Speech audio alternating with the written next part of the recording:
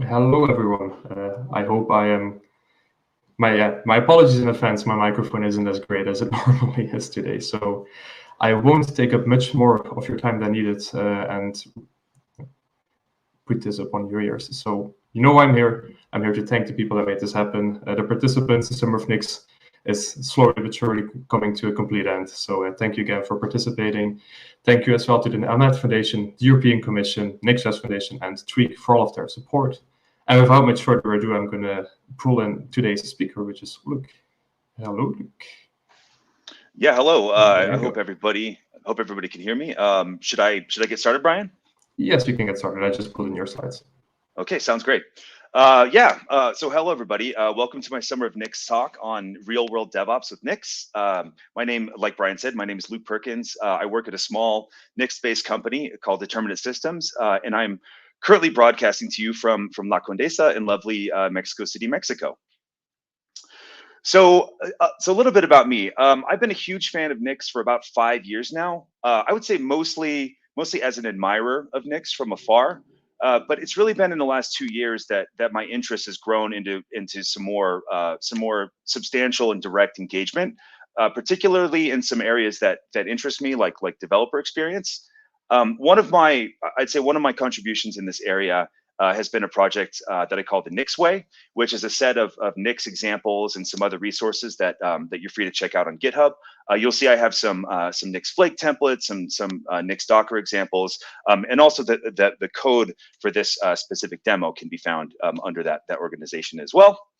One more thing to note is that this is actually my first ever Nix talk, and it's my first kind of DevOps talk in quite a while. Hopefully the first of many. So maybe try to go easy on me in the comments and on Twitter. I would say the goals of this talk are I would say are very modest. So I really just want to get you thinking about how you can potentially bring Nix and all of its features that you know and love into the real world. So that is into real teams and organizations and deployment pipelines, shipping software to real end users. I would say that the tone of the talk will be mostly suggestive, obviously because I couldn't conceivably cover all of Nix and DevOps in 30 minutes, but I think I do hope to point you towards some tools and approaches and practices that may be of use to you when you take your amazing Nix knowledge that you've acquired during the Summer of Nix out there into your future jobs in the real world. Now, before I start, I want to say a little bit about the DevOps side of things. So I would say that ops, broadly speaking, or short for operations, is concerned with what I call the problem of realization. So you have some kind of software artifact like a web service or something like that, and you need to make that artifact produce real value for end users. So you need to get the artifact running on some kind of infrastructure, and you need to ensure that it runs smoothly over time, which we all know as developers and also software users is absolutely no trivial task. Back in the day, traditionally, so to speak, in the ops world, development and ops were generally treated like separate concerns. So you have developers creating artifacts, and you have ops folks trying to realize value. And typically the way that this worked is that operations was heavily procedural. So you would write these deployment and management scripts to perform actions, 1, 2, and 3 in succession to bring about your desired state. And the approaches, the older approaches were also very ad hoc, where you would configure infrastructure using things like hard-coded IP addresses, which I think most people watching this talk would shudder at the thought of having such hard-coded things inside of your ops logic. In more recent years, though, the traditional approach has given way to more declarative approaches, where you can describe in code what you want your infrastructure to look like, and what you want your infrastructure to do, and while at the same time leaving all the messy details about how that state comes about to some other system or platform that can intelligently handle the declarative logic you've provided. Kind of a lot like Nix and build logic, I would say. And I think the reason that this talk is about DevOps and not ops is that I do think that nowadays it's safe to say that the industry is moving pretty firmly in the direction of DevOps. And as we'll see, because DevOps has this kind of declarative focus like Nix, it can pair really, really nicely with Nix and produce some really powerful results.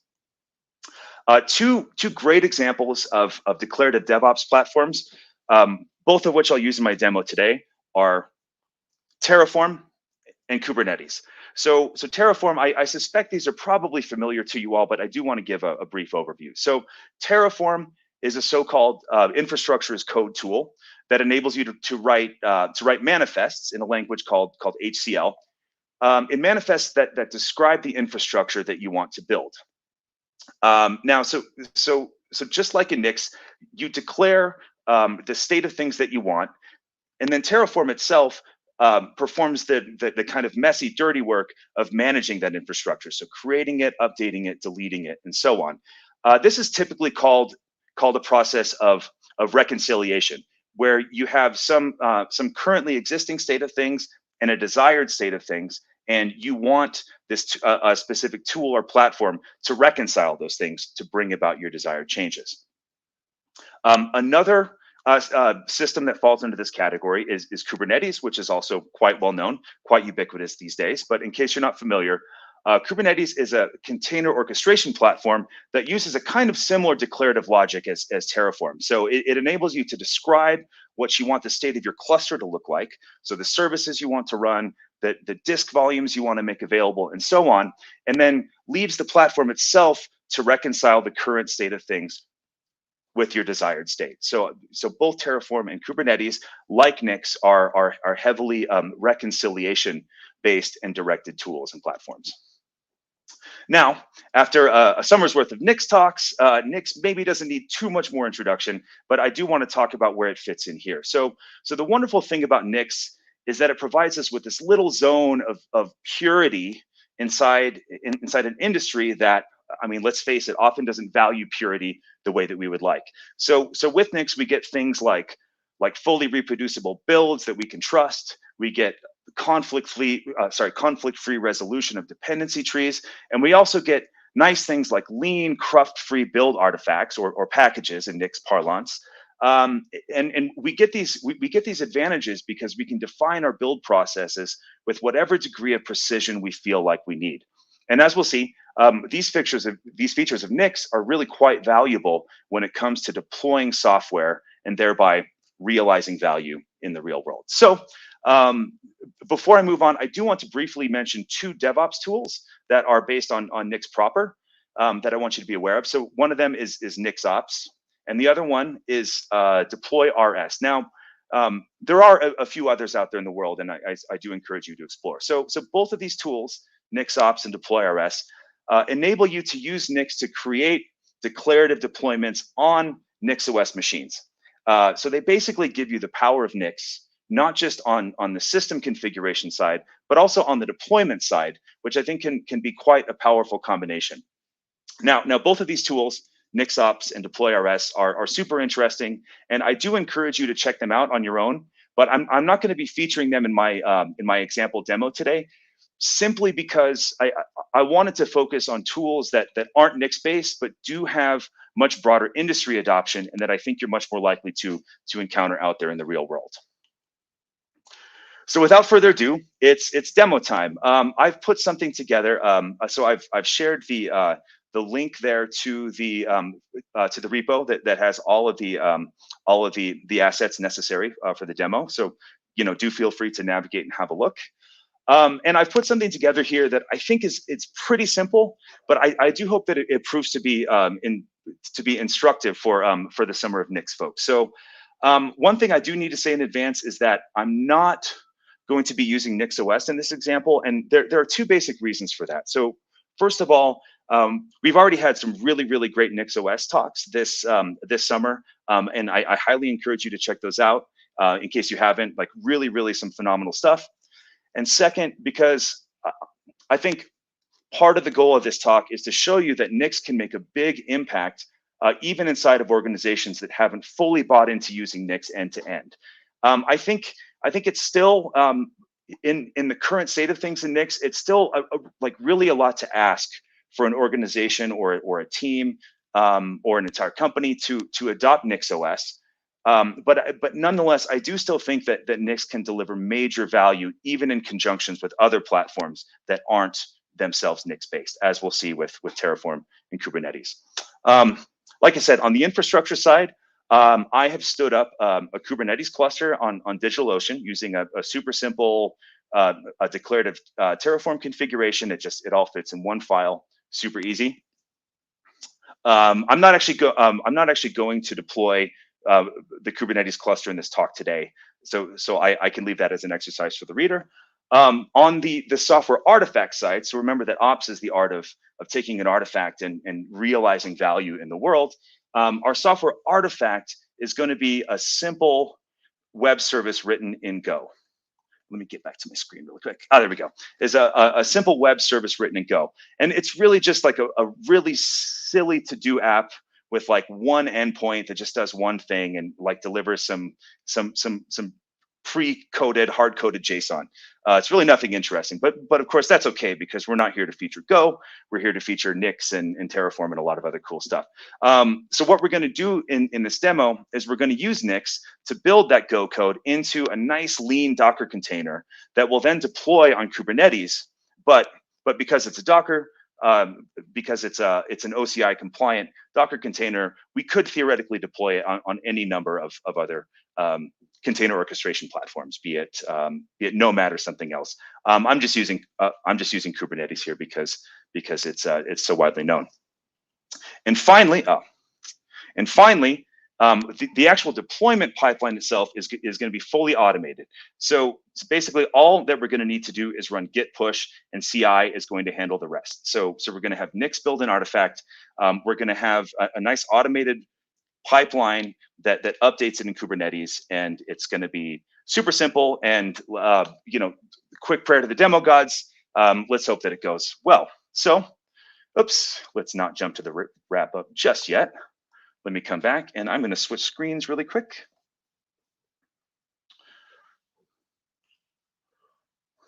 Let's go to. Okay, there we go. So hopefully, let me double check here. Hopefully you all can see that. Okay, I'm gonna make sure that the text is large enough. I'm hoping that that's okay for everybody. Okay, so let's, I'm gonna start at the top here. So I'm gonna start with the logic that I used to actually stand up this Kubernetes cluster in DigitalOcean, which is a very nice set of cloud services. So here at the top, and I'm just gonna kind of breeze through some of these files. I do certainly encourage you to dig into the code yourself a little bit, but obviously because of time constraints, I can't go through it too exhaustively. Okay, so we start with declaring our providers in Terraform. Like providers are basically like plugins.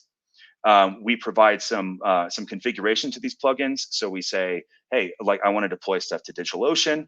I also want to stand up a Kubernetes cluster there based on with certain security creds. Like an access token and a cluster CA certificate. Here we declare some variables for things that we want to maybe modify or change inside of our infrastructure. Here I declare the specific Kubernetes version that I want. I just kind of arbitrarily chose 1.2.3. Here are a couple of outputs that we can get from Terraform if we need to, if we forget like what our cluster is called and a couple other things. And finally, most importantly, we have this resource, and this is kind of the core construct in Terraform.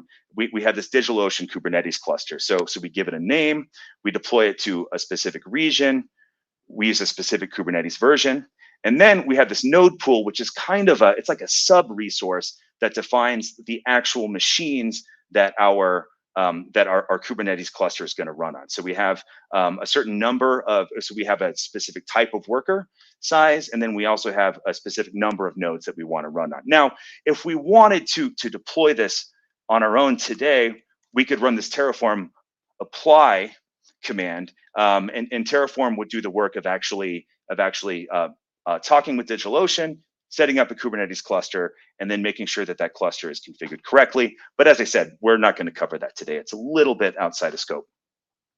Then over here we have this really nice construct in Terraform where you can use a variable file. So here we'll supply our configuration with some variables. So we're going to call our cluster just real world DevOps with Nix. We could call that anything.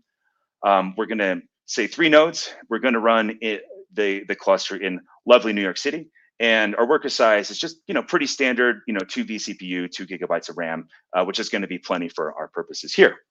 So this Terraform logic has given us our Kubernetes cluster that we're going to use.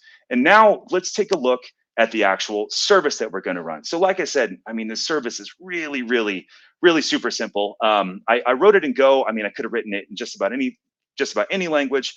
I like Go because you can really easily package it into a nice static binary and get a nice lean container. So here we have this this to-do type where each to-do has an ID and a task and whether or not the idea is done. And to start with, so we're going to say that So to start with, sorry, forget this part.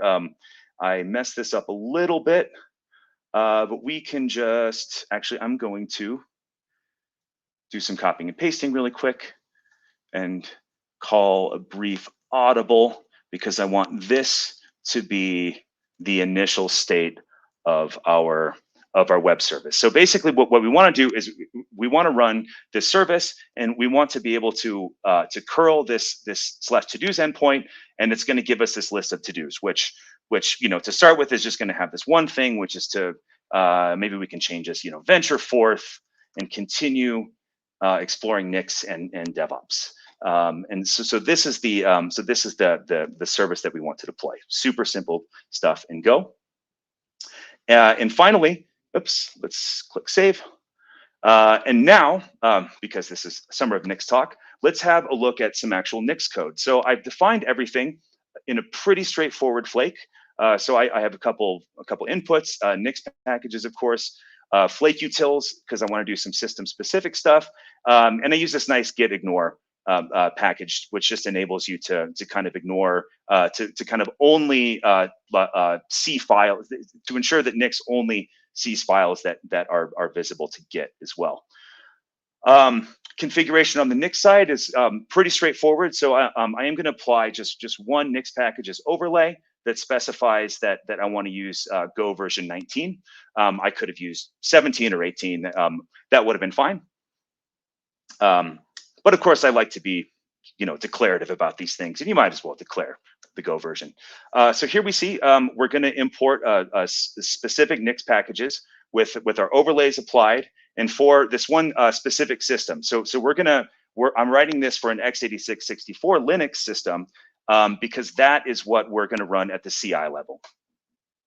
So here we finally have our outputs for our flake. So we have basically 2 packages here. So the first package right here, which I'm just calling to-dos, I'm using the super standard build go module function from Nix packages. Super straightforward stuff in Nix. So we're just going to call it to-dos. We're going to specify the current directory as the source, and we're going to build this sub package called command/to-dos, which you see over here. That's where my main.go is held. And then, as per usual in Nix, when you're dealing with systems of vendor dependencies, I'm supplying a vendor SHA as well. So this is going to enable us to use Nix to build a nice Go executable from our Go sources. Now, this is where it gets a little bit more interesting from a DevOps perspective. We're also going to use Nix to build a Docker container here. Now this is kind of it's definitely not a hidden feature of Nix, but I feel like it's a bit undersung. I think a lot of people, even people who are interested in Nix, aren't fully aware that you can use Nix to build Docker containers. But personally, I think it's a wonderful way to do it, and I strongly advise that you all do this. So basically, what we're doing here is we're using this Docker tools library in Nix packages, and we're using this function called build layered image. So so there's also a build image function that I think the difference with build layered image is that it strives to compartmentalize your image into as many image layers as it conceivably can. which I think has a very strong benefit that when you're able to slice and dice the image up into smaller pieces, it means that the caching story on the Docker side is much stronger. So and I think that when your caching story is better, that means that when you're sending images over the wire, that you're sending them in much smaller bits. So you're sending them as much as, you're sending smaller tarballs across the wire and then assembling them, which tends to be a much better option than shipping, big, bulky, monolithic images. So the actual logic inside the function is again, it's pretty straightforward Nix stuff. So we give our image a name. So I'm just calling it Luc Perkins /todos. That's my Docker Hub account. And here in the config, now this is where we see some of the Nix magic at work. So for the command that you run when you Docker run the container, so you see here that I'm referring to this package right here. So I'm saying self.packages.system, which is x86-64 Linux, .todos, and we say /bin/todos. Now, when Nix encounters this string, it knows that it needs to build this package. And of course, when it needs to build this package, it builds the entire dependency tree as well. And so what you don't see here is we don't see these Docker directives like add and copy and all this stuff. We just use plain old Nix to say, this is the thing that I want to run inside the image, and Nix simply knows what to do. So we specify a port because it's a web service, and we also use this max layers setting here because Docker has a limit of I think 125 layers in an image, and we certainly don't want to exceed that, lest we run afoul of Docker's limitations. Okay, so that's the Nix logic at work, and basically this is going to enable us to build this image by just running nix build dot for the current directory hash Docker for this specific package. So super easy. Time is beginning to run a bit short, so I'm gonna jump really quickly to the Kubernetes definition here. So basically, what we want to do with our web service in Kubernetes is we want to run it as what's called a deployment. So what a deployment is in Kubernetes is basically it enables you to run identical copies of a specific image or service behind one single load balancer. So basically, if you want to treat multiple instances of a service as one unit for client interactions, then you typically want to use a deployment. So here, I'm not going to go into too much detail with this, but you see that we have this. So we give it this name, todos deployment. We specify 3 different replicas because we want to run 3 separate nodes. And to start with, when we first run this deployment, it's going to run this kind of like hello world image that's just kind of a seed image, but we're going to update that in our pipeline. So let's check really quick. We're going to use kubectl get nodes, and we see that, come on now. There we go. So we see that we have 3 nodes in our cluster as we specified in Terraform. And we're also going to look and see if we have any existing deployments. It turns out we don't. So we're going to use kubectl apply to run this deployment. And now, so this is the nice declarative logic of Kubernetes at work. And we see that, okay, cool. So we have this todos deployment. And now we can connect to this deployment really quickly. So I'm going to run make port forward, and we can go over here. And we kind of, I'm using HTTPy, but we curl the service and we see just this hello world thing. We don't see the to-do service yet, but we are about to change that. And we're going to look at the CI pipeline that is going to do that work. So here, I'm going to pull up, so I'm just using GitHub Actions for CI because I know it well. We're going to run our deploy job on Ubuntu latest. So that's going to get us our x86-64 Linux machine. And then as per usual in CI, we're going to run git checkout to get our code. We're going to install Nix on the machine with flakes automatically enabled. So it's going to be able to use our flake.nix logic, no problem. And then what we're going to do is we're going to actually use Nix to build our Docker image. So we run this command nix build, dot for the current directory, hash, and then Docker for the specific Docker package, which you saw. I'll pull that up once again. So we're just building this package right here, which is going to run this lovely little function and get us a nice lean static binary. And Nix, as per usual in builds, is going to store the image under /result in the current directory, which is just going to be a symlink to somewhere in the Nix store. So once we built our image, we're going to log into Docker using some secrets I provided in CI. And then we're going to load and push the image to Docker Hub. So what we're going to do is, so you see this Docker load /result. So this is the way that Docker is going to take the tarball that Nix has built, and it's going to load it into itself, into its own runtime. And then we're going to this image tag variable is important because one thing I didn't specify in the image build here is I didn't give it a specific tag. Now I could have done something like this, v1 1.0.0, something like this, but I didn't do that. Instead, if you don't do that, then what Nix does is it gives your image its own tag based on the content. So so the same way that Nix uses content hashes for package addresses, it's going to do that with a Docker image as well. So it's going to be called Luc Perkins /to-do : some long, gobbledygook sort of hash. And so then we're going to use Docker because we're logged into Docker Hub to push that image here. And then we're going to we want to keep this image tag name around, so we're going to load it into the GitHub environment. So this is kind of the way that in GitHub Actions that you persist variables across jobs. Okay, so at this point, the image should be in Docker Hub, and now we can. So now that the image is in Docker Hub, we can update our Kubernetes deployment. So here we use this this action that uses kubectl, kube control the Kubernetes CLI.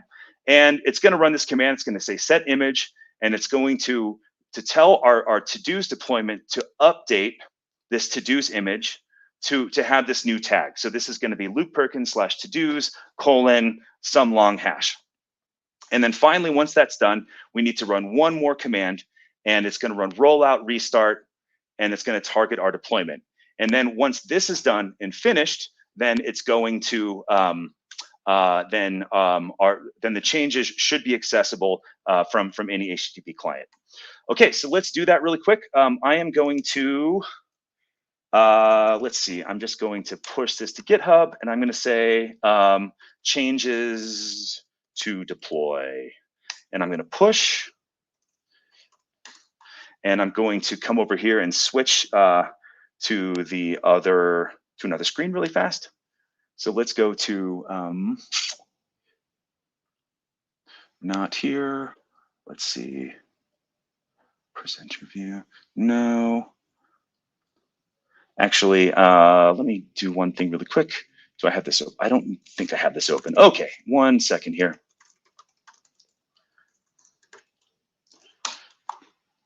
This deployment should only take a second. So here we have, where is that? Sorry, everyone, 1 second.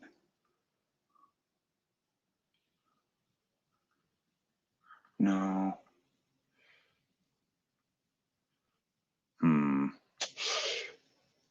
Oh yeah, okay, here we go. This should do it.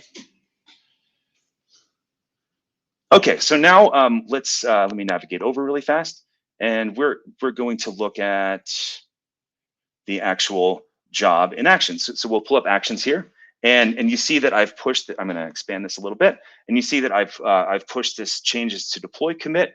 We're going to have a look at the pipeline in action. So we see that that the actions have been loaded. Git checkout.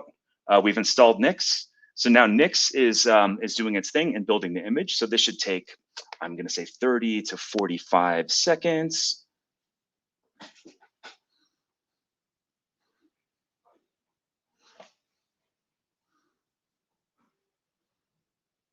I'm going to drink some water while I wait.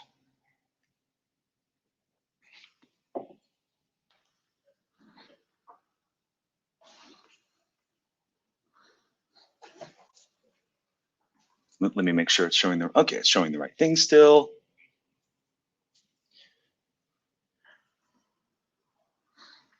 I know I'm kind of butting up against that 30-minute constraint, but this really should just take another 1 or 2 minutes and we should be good to go. Okay, so Docker has successfully logged in to Docker Hub, and now it's going to push this image.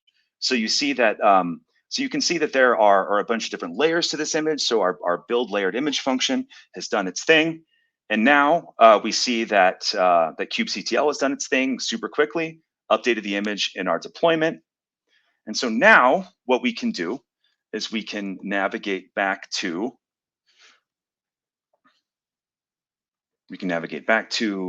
where is it? To Visual Studio Code.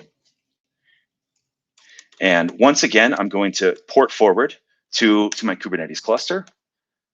And we see that we're connected there. And now I can ping this to-dos endpoint. And there you see, I'm going to expand this a bit. And there you see that we get this this JSON object that we expected. So initially the container was, you know, just said hello world when you ping it. And now we were able to, just with a simple git push with some changes, we were able to update the image in our Kubernetes cluster to reflect the new desired reality that we built using Nix. So one last jump of screen here, and we'll go back to the slides.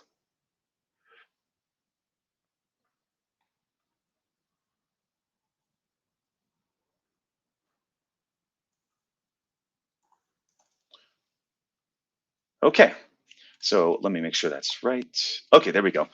So to wrap up, in general, I think that this demo, although it's pretty simple, it does provide, I think, a decent glimpse into one way of potentially using Nix in a real deployment pipeline, and thereby bringing the domains of Nix and DevOps into a really fruitful alignment.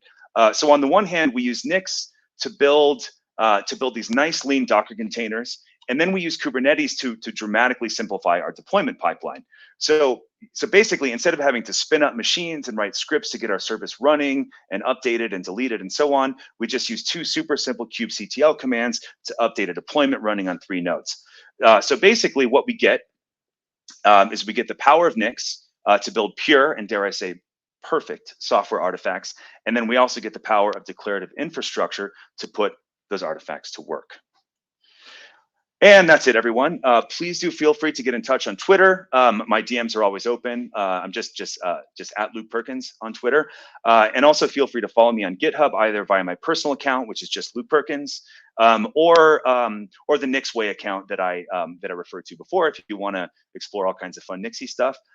Thanks a million to everybody, to the organizers, to Summer of Nix, to Elko Dolstra, the creator of Nix, to Graham and my colleagues, and lots of other people. I hope you've all had a wonderful summer of Nix. I certainly have as well. I benefited greatly from it, and I hope you have as well.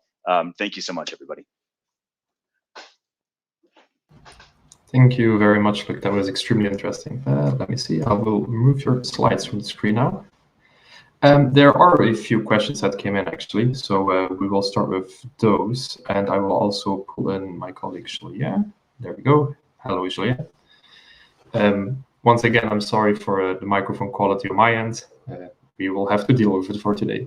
But let's get into the questions. So over on Owncast, Awesome Rider asks, how much boilerplate does Nix reduce in this workflow?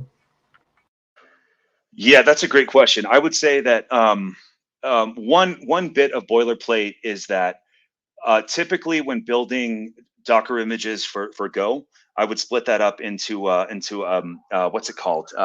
What's a multi-image? What's that called? A multi-stage build. Right? Yeah, multi-stage build, exactly. So in that case, I would have had a Go builder image. So I would have started with from Go, like whatever version, built. I would probably run Go build, no cgo output, name of executable, and then I would have used a Scratch container and pulled in the executable from the previous build into there. And I mean, that approach, I think is perfectly fine in a lot of cases. I mean, in fact, Go actually may not be the best example of reducing Docker boilerplate. But personally, I mean, I just really like that Nix logic, and I love the way that Nix is able to infer just from that command string everything that needs to be built, and that it's able to look at with just a string in hand, is able to say, this is the universe that I need to create from scratch. And for me, there's a certain certainty and, dare I say purity in that I enjoy as a Nix person. Yeah, me too. A next question would be about. Sorry, guys, I'm switching between screens because I don't have my fancy setup right now. It was something about the flake input of the git ignores. Where was it? Oh yeah, so oh yeah, here it is. So I wonder what this git ignore input does then. I already saw it somewhere else and was a bit confused. That was by Paul Henry. But I don't see the original question, so Owncast has failed me there. But it was something about like, why is the git ignore file or the git ignore flake input there? Shouldn't flakes like automatically only save what it wants? Something along those lines. Yeah, I think for me, I just tend to use it as like, in that particular case, the likelihood, because I'm using Bill Goad module, and like the likelihood that I'm going to pull something into the Nix logic that should be rightfully git ignored is basically zero. And again, Go is maybe not the best example for that, but I think in cases like in other languages like JavaScript and some others, where I think having that the git ignore as a kind of guard. Making sure that that it just kind of helps you to ensure, to keep your build nice and clean, to sort of sanitize your inputs and make sure that no funny business gets in there. It doesn't happen to me a lot, but I do kind of like it as a kind of just sanitation measure that I apply even in cases where I don't think I'm going to need it. Okay, makes sense. Then there was another question over on Owncast by Nuno rather, sorry. Could we possibly do away with Terraform and Vagrant altogether with only NixOps or DeployOS? Yeah, I think so. I personally haven't used those tools a lot myself, but yes, that would certainly be. I think that if I had a longer talk, if I had more than 30 minutes, I would, and if I were targeting, if I thought that my audience was more people who were going to be well positioned to push Nix through, top to bottom within their organization, I probably would have used that approach. I think that my sort of core assumption is that the Summer of Nix folks, that you all are probably like a pretty diverse bunch. You're probably going to end up in lots of different orgs where you're using mostly tools that aren't Nix based, and where even convincing your product manager to use Nix for your build inside of your auth service or whatever is probably going to be a pretty tall order. I think that that particular that choice wasn't a technical choice. I think it was more of an audience choice. And perhaps next year we can have a Summer of Nix talks that's end to end Nix DevOps. I think that would be really interesting and cool. And I hope somebody puts that on the agenda. Exactly. And if we have to believe Domin's talk, Nix is going mainstream. So that will definitely be by next year. Domin, keep manifesting Nix going mainstream. I think he's absolutely right, and I'm excited to be a part of it. So then over on YouTube, John Winger asks, do you see a future where we don't have to move through Docker for deployment? It would be nice to leverage Nix directly.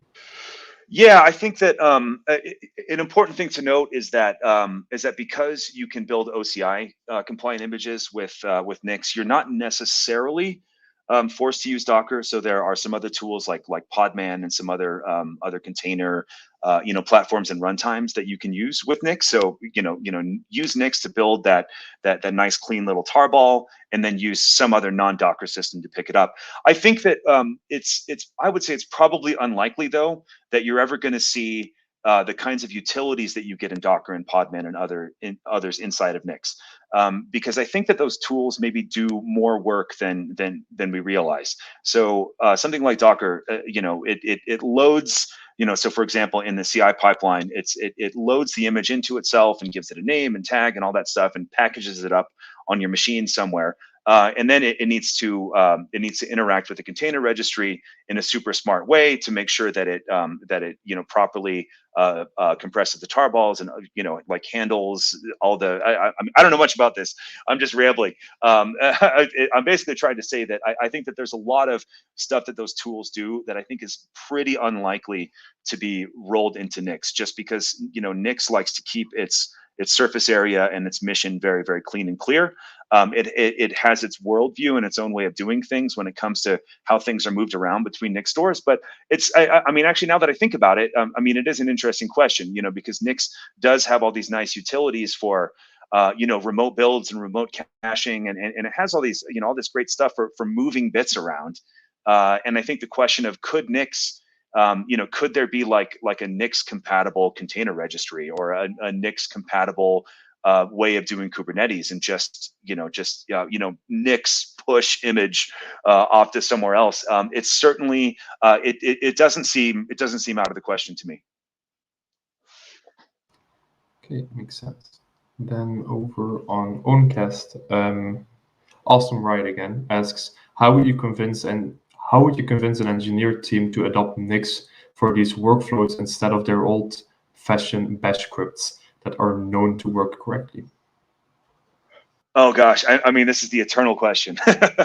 I mean, it's almost hard to address because you really have to go back to the basics. I mean, I hate to deflect, but on the nix.dev site, there's a great it gives this list of like Nix features and Nix promises that I have personally found really useful when it comes time to try to talk somebody into Nix. So I usually start with the works on my machine problem to say, hey, we want to create environments that are going to work on all these different systems. They're going to work in CI. They're going to work on your Mac M1. They're going to work on a crufty old Linux box somewhere. Like, let's have like one file that's like 50 lines long that enables that to happen. I think that tends to be a good place to start. I think something like selling the simplicity of I'm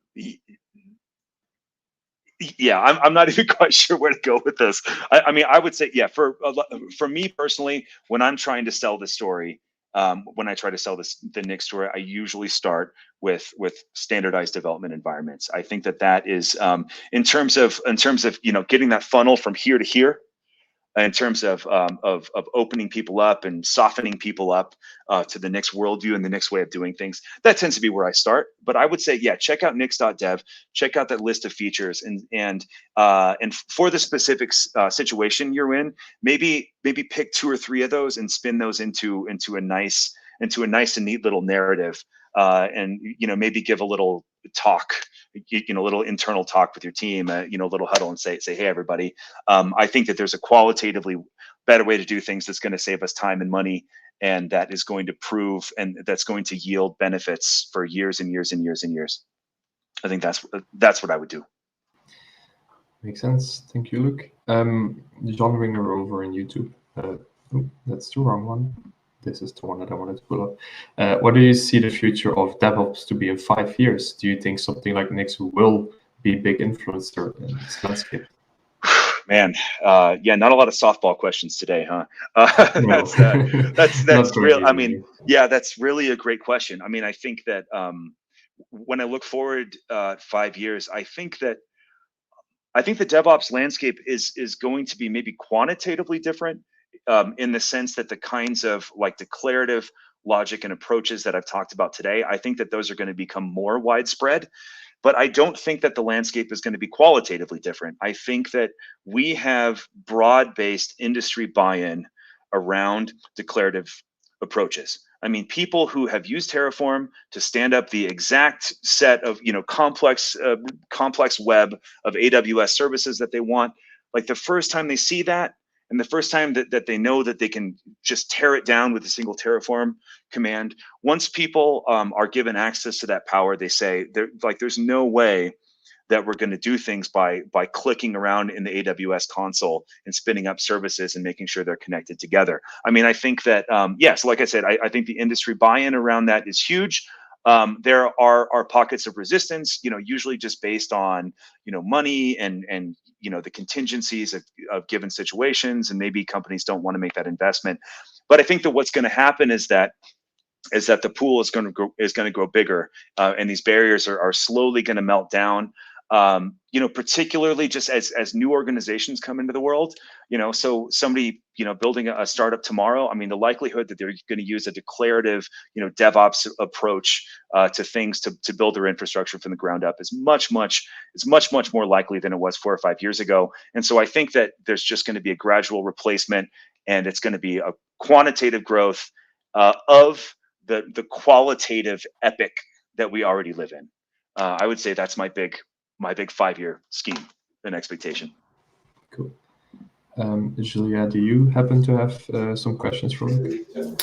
Sure, yeah. I mean, one thing I was curious about was what your kind of plans for the NixOS repo. We have many documentations, guides, tutorials all across the Nix space, and I was wondering what your just vision and goals for that were. Yeah. I mean, that's a great question. So the NixOS, I have a lot of different sub projects in there. Some of them I kind of advertised to other people and showed other people. Some of them are more personal. But really, I mean, first of all, I have to say that my goal is specifically not to collide or interfere with other resources in the Nix ecosystem. I mean, currently I've been in some of the documentation meetings of the documentation working group, and this is a big concern that we don't. It's really difficult to tell people where to go for information about Nix, and I don't want to compound that problem. So I think my focus there is much more about concrete examples, and it's much more about providing some of the glue and some of the like fill in the gaps kind of material that you wouldn't really expect in the documentation per se. So for example, I have this dev templates project. So you go, slash the NixOS slash dev dash templates. And what that is I set up something like 20 something like language specific flakes. So you want like a dev environment for Clojure, dev environment for Elm, dev environment for Rust, and all these different possibilities. And just showing people first of all, hey, if you're a user of one of those languages, hey, check this out. You can, basically copy and paste this flake.nix and be off to the races in your specific language, which to me is something that is not, doesn't really collide with the documentation. And so I think that, I'm big on examples. I'm a philosophy guy, so Kant has this great quote that examples are the go-kart of judgment. That basically, in refining our judgment and refining the way that we see the world, that having examples as fodder, as grist for the mill of the understanding is really vital to cognition.